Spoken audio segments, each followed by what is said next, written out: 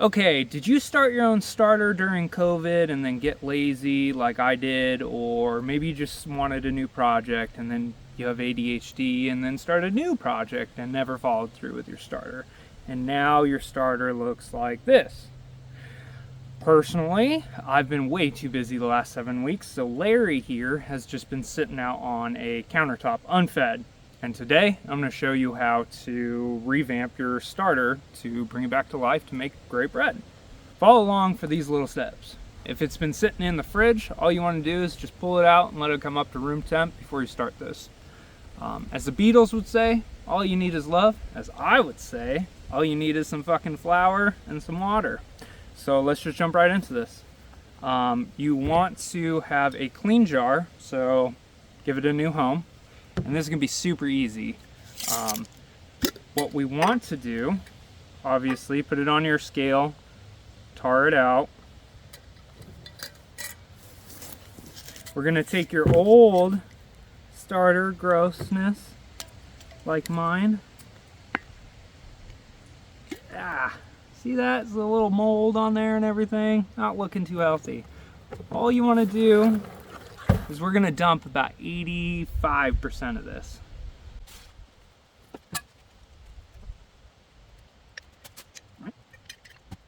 About 80%, maybe 75, you know, numbers. And move your old starter into its new home.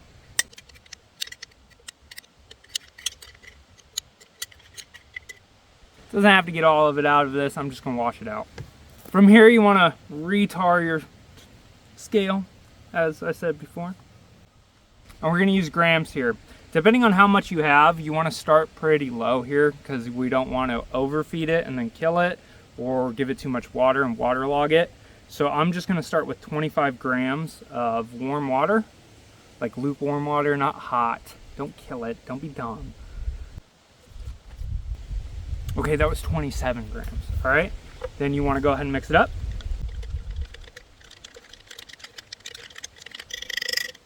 Tar it back out, obviously. And then equal parts of flour, so 27 grams. Or whatever you did.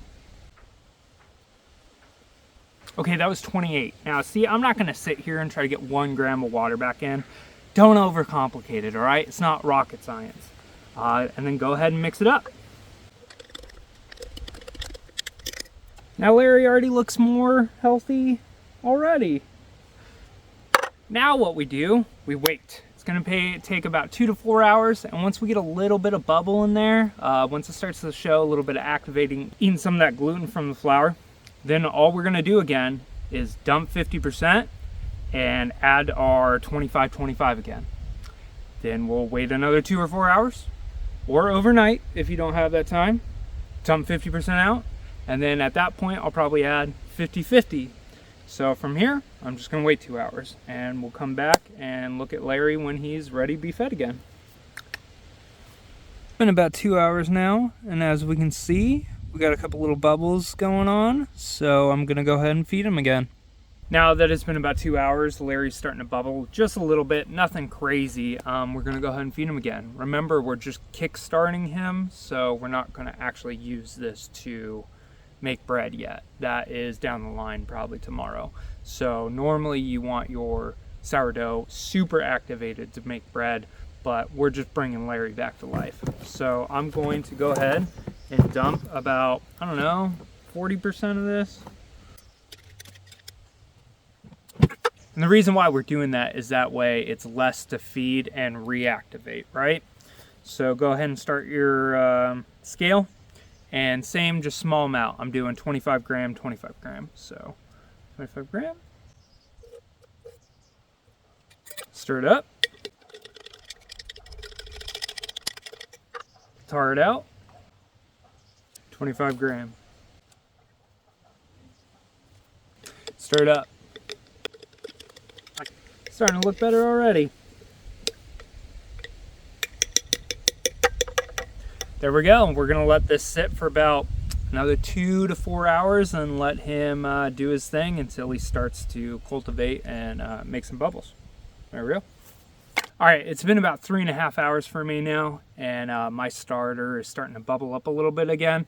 Once again, not like this crazy explosion like you're looking for when you go to make bread, but just enough to feed it again. I know that it's broken down the flour and everything's definitely combined. So now we're gonna feed it again. I've thrown it away 2 cycles of it, and this time we're not gonna throw any cycles. Once again, we're just kickstarting it. So from this point, I'm gonna do a 50-50 gram, and then I'm gonna let it sit overnight. So once again, our water. And 50 grams of flour.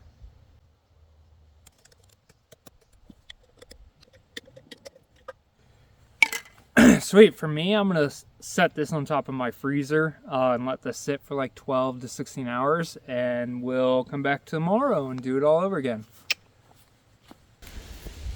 Okay, sweet. Here we are the next day. It was overnight. It's a little longer than I would have done, but it's been downpouring all day, and we got a quick window to do this. So even though it's still sprinkling here a little bit, you know, I got some bubbles in here. It's being activated. Remember, we're just trying to bump this up to be able to use bread. We're still not able to make bread just yet. So just like we did last night, I'm gonna do a 50-50 gram and mix it, and then I'm gonna go ahead and let it sit for like 3 or 4 hours, and then we'll add another 50 or another 50 to 50 ratio later in the day. Yeah. Gotta be quick like Bunny here since it's like raining.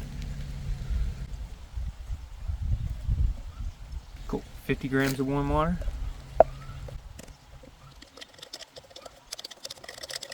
Nice and mixed up.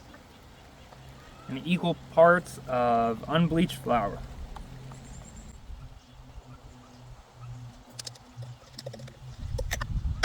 Swear I'm not doing anything else.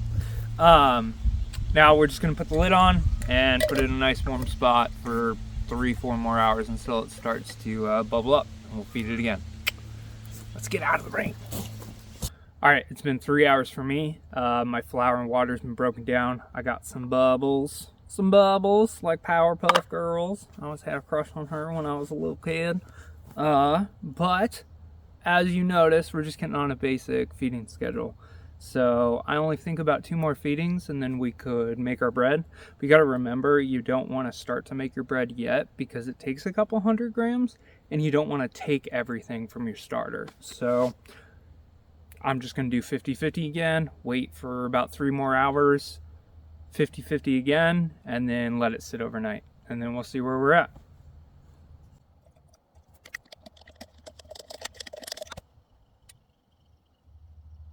I went way over, so I gotta come back.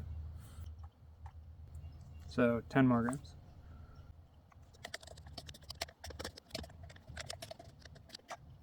There you go.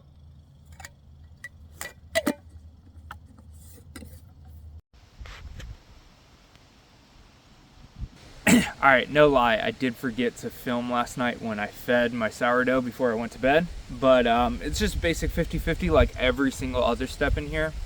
And now, after I feed this, you can see it's doing really well. It's nice and healthy here. So I'm going to feed it again, and then once it's activated, we can make bread again. So there you go. It took us, what, 2 days to reactivate something we forgot to feed. I forgot to feed for like 7.5 weeks. And if you want to check out how to actually make bread, I'll list the link in the description below to another video on how to make sourdough. And if you're interested in picking up your own starter, check out my Etsy page. All proceeds go towards a food truck I'm trying to open up. So thanks for watching, and catch you here next time.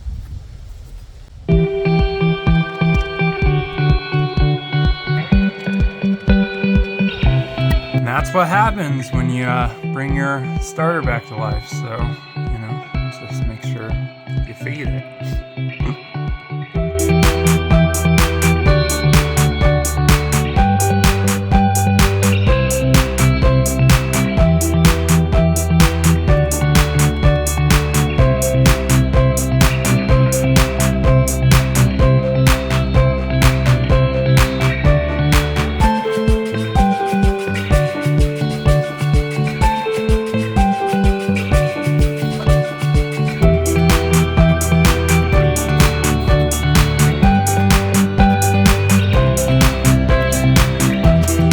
You have to let your bread talk to